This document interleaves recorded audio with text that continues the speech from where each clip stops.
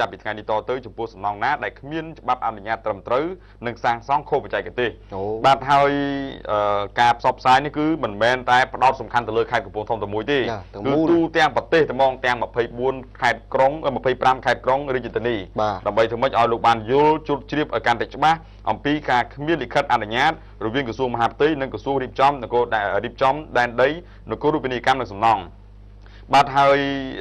អ្វីដែលសំខាន់គឺចង់លើកឡើងថាខេត្តកំពង់ធំកំពុងតែបញ្ហាប្រឈមមួយចំនួនរួមមានខ្វះមន្ត្រីបច្ចេកទេសខ្វះសម្ភារៈកុំព្យូទ័រខ្វះមធ្យោបាយសម្រាប់ធ្វើដំណើរចុះតាមស្រុកនិងគ្មានលិខិតសម្រាប់ផាកពិន័យទេលើម្ចាស់អាជីវកម្មណាដែលគ្មានច្បាប់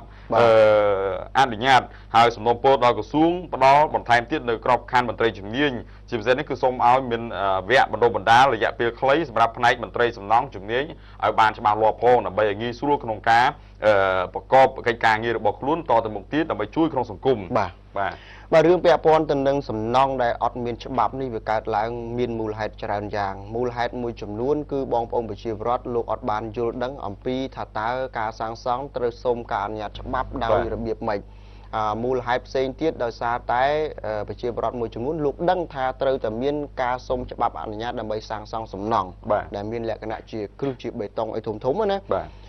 ប៉ុន្តែនៅពេលដែលពួកគេរត់ឯកសារសុំវាជួបឧបសគ្គត្រង់ថាមន្ត្រីមួយចំនួនវាធ្វើឲ្យល្អកកចិត្តរបស់ពួកគេអញ្ចឹងនាំឲ្យពួកគេខ្ជិលទៅសុំច្បាប់អាហ្នឹងគឺជាចំណុចមួយដែលត្រូវតែកែប្រែដើម្បីឲ្យប្រជាពលរដ្ឋអាចទៅសុំច្បាប់សាងសង់ត្រឹមត្រូវទៅតាមក្បួនតាមຂະຫນາດបានអញ្ចឹងណាហើយអាជ្ញាធរមូលដ្ឋានតាមការដែលខ្ញុំចុះតាមបណ្ដាខេត្តផ្សេងៗយើងឃើញថាគាត់បានផ្សព្វផ្សាយអំពី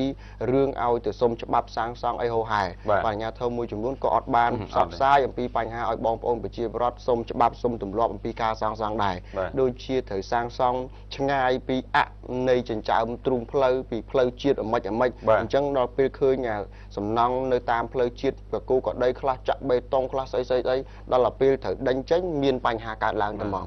បាទអរគុណលើសូមអនុញ្ញាតសម្រាប់មួយផ្លែសិនយើងខ្ញុំបន្តិចទៀតនឹងភ្ជាប់ទូរស័ព្ទទៅកាន់ភ្នាក់ងាររាយការណ៍ព័ត៌មានតាមបណ្ដាខេត្តវិញបាទ